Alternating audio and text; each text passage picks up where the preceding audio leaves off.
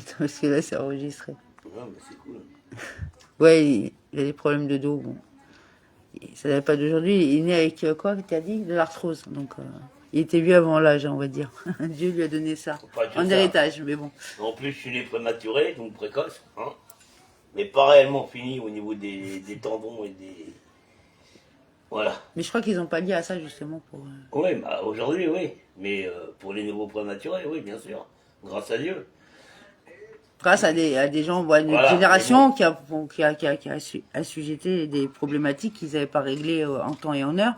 Et on a été, oui, c'est vrai qu'on a été des cobayes, en vérité. Hein? Ah oui, t'as les premières couveuses.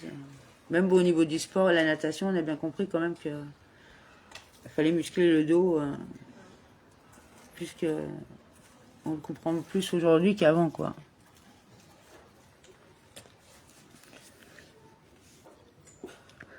Alors, le Talmud en français. Donc, on était en 17. Hein. Alors, 17a, Shabbat.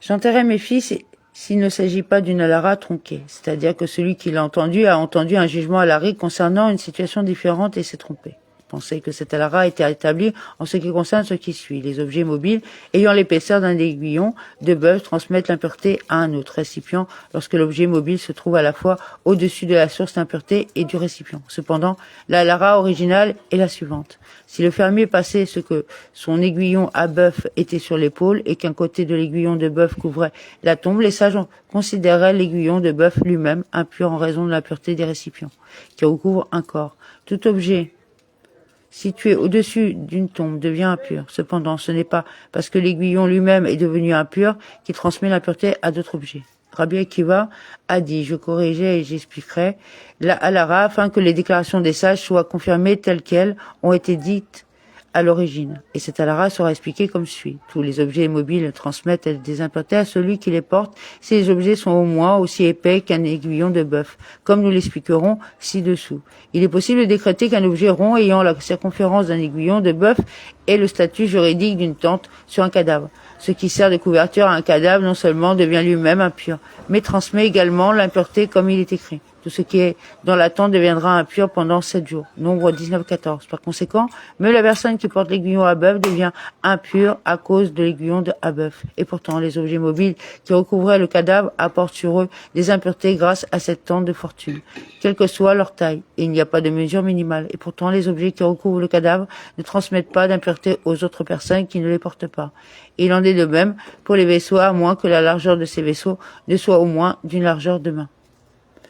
Et Rabbi Yanaï dit, et l'aiguillon à bœuf dont ils ont parlé est spécifiquement celui dont la largeur n'est pas la largeur d'une main, et cependant sa circonférence est la largeur d'une main. Et eux, les sages, ont publié un décret sur sa circonférence en raison de sa largeur. Si sa largeur était la largeur d'une main, elle transmettrait les impuretés comme une tente selon la loi de la Torah. C'est pourquoi ils ont publié un décret rabbinique concernant un objet dont la circonférence est la largeur d'une main. Ceci est un autre des 18 décrets. La Gemara demande, et selon Rabbi Tarfon, qui a dit, j'enterrerai mon fils si ce n'est pas une alara tronquée. Le décompte des décrets fait défaut et il n'y en a pas 18. Rav Naman bar Israël de Meorbini a dit, le décret selon lequel les filles de Samaritains sont considérées comme ayant déjà le statut de femmes menstruées dès leur berceau a été publié ce jour-là. Et en ce qui concerne l'eau puisée, il se conforme à l'opinion de Rabbi Meir, et ainsi le décompte des décrets est complet. Mais attends, mais je crois que celui-là, je l'ai lu. Hein. Non, c'est pas lui. Si, je l'ai lu, ça. Pardon, excusez-moi. C'est pas grave, c'est une répétition.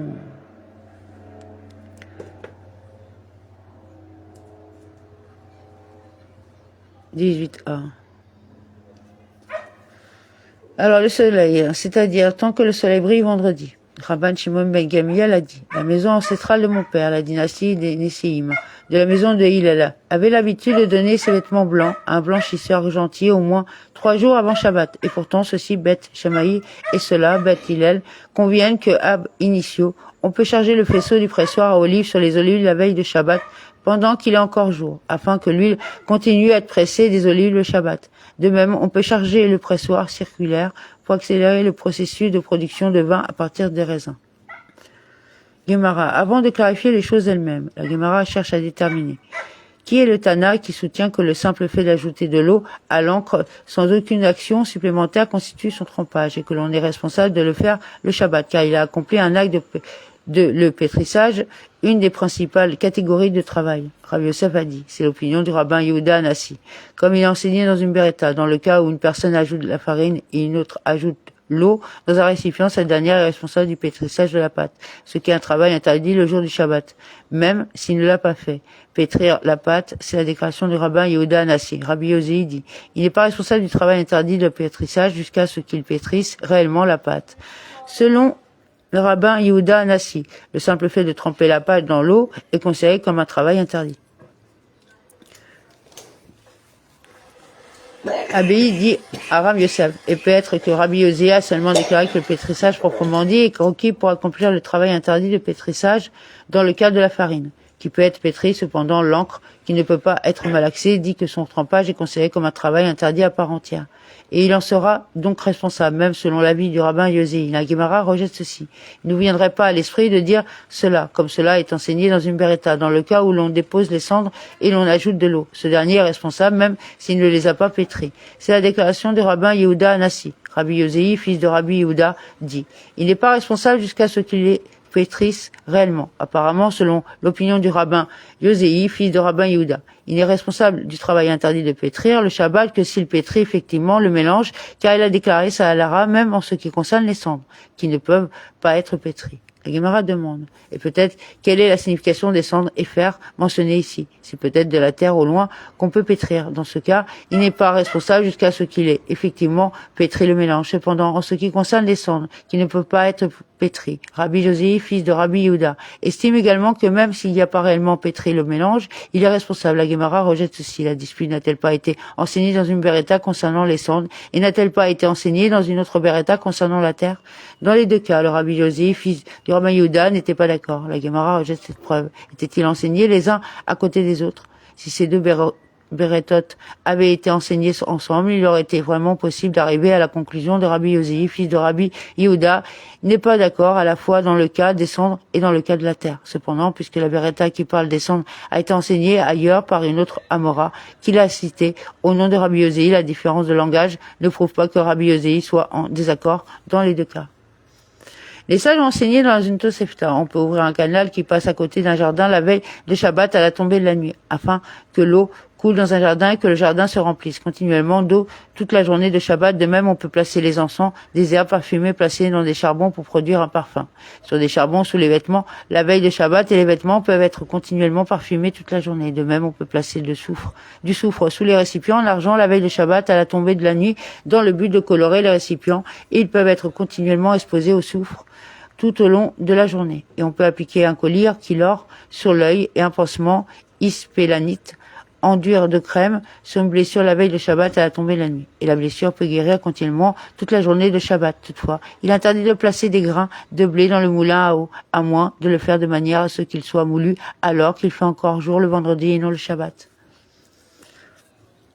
La Gemara demande, quelle est la raison pour laquelle la Beretta a interdit un moulin et a autorisé d'autres travaux interdits?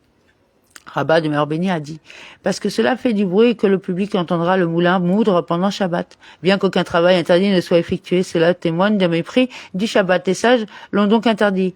Rabbi Yosef dit à Rabat, et que le maître dise une meilleure raison, en raison de l'obligation d'assurer le repos des ustensiles. Même les ustensiles d'un juif ne peuvent pas être utilisés pour un travail interdit le Shabbat, comme cela a été enseigné dans le Midrash, à l'Arik, la Meklita, ce qui est dit, et dans tout ce que je vous ai dit. Prenez garde. Exode 23, 13. Est une allusion au sujet mentionné dans la Torah orale. Cela inclut le repos des ustensiles le jour du Shabbat. Rabbi Yosef a plutôt dit la raison de l'interdiction du moulin le jour du Shabbat est due au repos des ustensiles. Puisque l'obligation de poser des ustensiles le Shabbat a été mentionnée, la Gemara dit maintenant que vous avez dit que Beth Hillel soutient également que les ustensiles de repos de Shabbat sont requis par la loi de la Torah, en ce qui concerne le soufre et l'encens sur les charbons placés sous les récipients en argent et vêtements, et respectivement, quelle est la raison pour laquelle les sages ont autorisé cela le jour du Shabbat? N'est-ce pas effectuer le Shabbat dans des ustensiles?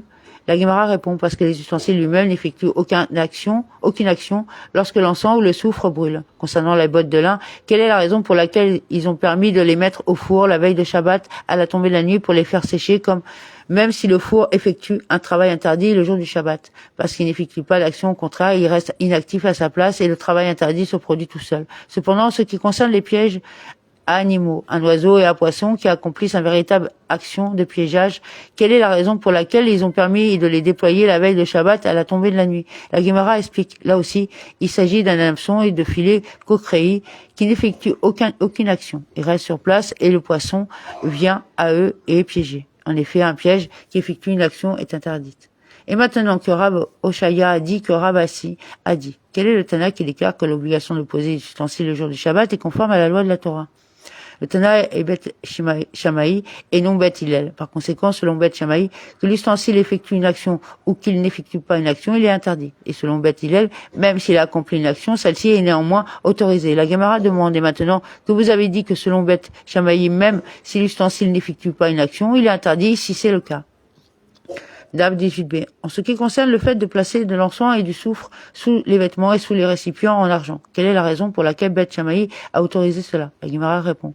Le cas en discussion n'était pas celui où l'encens était placé dans un récipient. Au lieu de cela, là, l'encens était placé sous le sol.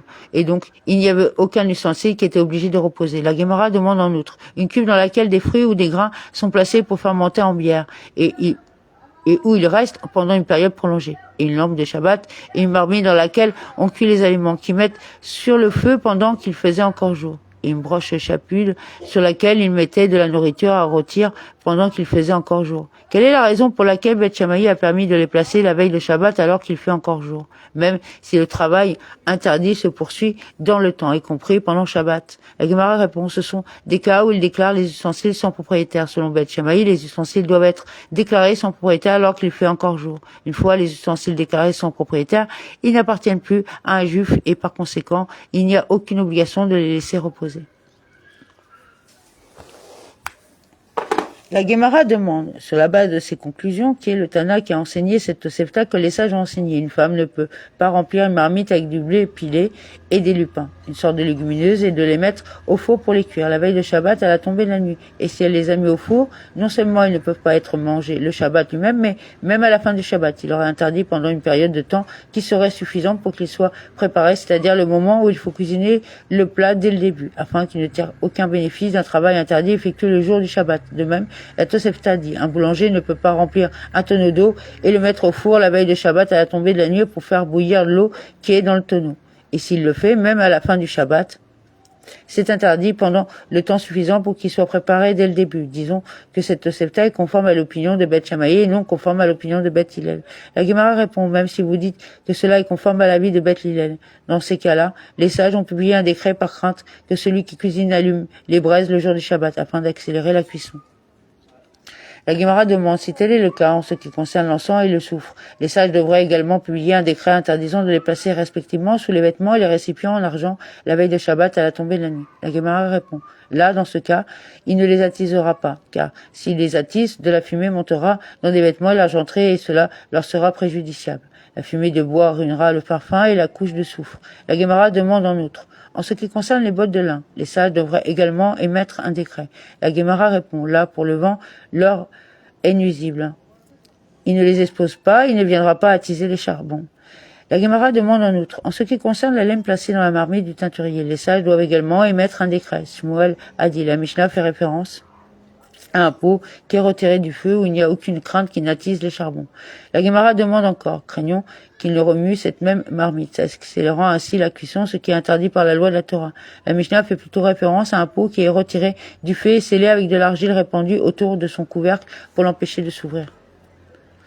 La Guémara commentait maintenant que le maître a dit que dans ces cas, l'interdiction de mettre la marmite sur le feu est due à un décret émis par les sages de peur qu'il n'attise les braises. En ce qui concerne ce pot de viande crue, il est permis de le mettre au four la veille de Shabbat à la tombée de la nuit. Quelle est la raison pour ça? Comme il n'est pas propre à la consommation pendant la nuit, puisqu'il ne sera pas cuit d'ici là. Il en détourne ses pensées et ne viendra pas attiser les braises. Il en va de même pour la viande cuite. Il est permis de le placer sur le feu la veille de Shabbat à la tombée de la nuit. Comme il est raisonnablement cuit, on ne viendra pas attiser les braises pour le cuire davantage.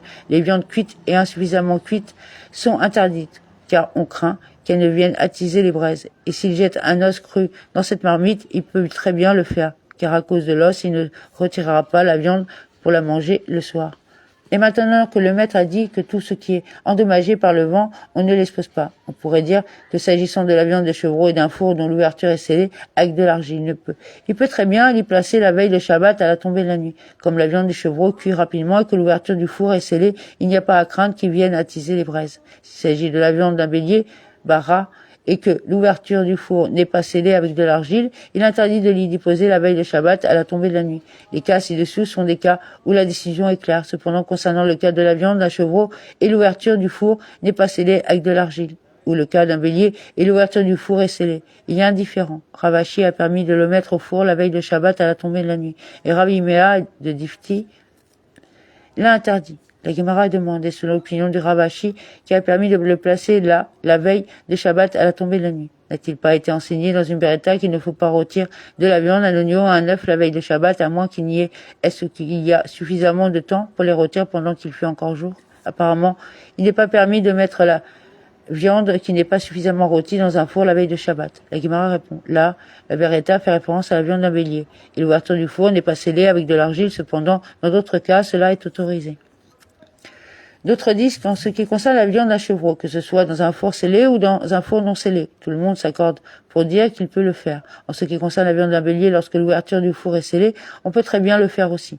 Là où ils étaient en désaccord, c'était dans le cas de la viande d'un bélier, l'ouverture du four n'était pas scellée. Ravashi a permis de le mettre au four la veille de Shabbat à la tombée de la nuit. Et Rab Iméa de Difti l'a interdit. La Gemara demande, et selon l'opinion de Ravashi, qui a permis cela, n'a-t-il pas été enseigné dans une beretta qu'on ne peut rôtir de la viande, un oignon et un œuf la veille de Shabbat que s'il y a suffisamment de temps pour qu'il soit cuit, rôti alors qu'il fait encore jour? Apparemment, il n'est pas permis de mettre de la viande qui n'est pas suffisamment rôtie dans un four la veille de Shabbat. La Gemara répond, là, la beretta fait référence au cas de la viande rôtie directement sur la braise. En ce cas, on craint davantage qu'il ne vienne attiser les braises. Ravina a dit, en ce qui concerne cette courge crue, on peut très bien la placer dans une marmite sur le feu la veille de Shabbat à la tombée de la nuit. La raison en est que, comme le vent, lui est nocif, il est considéré comme de la viande du chevreau.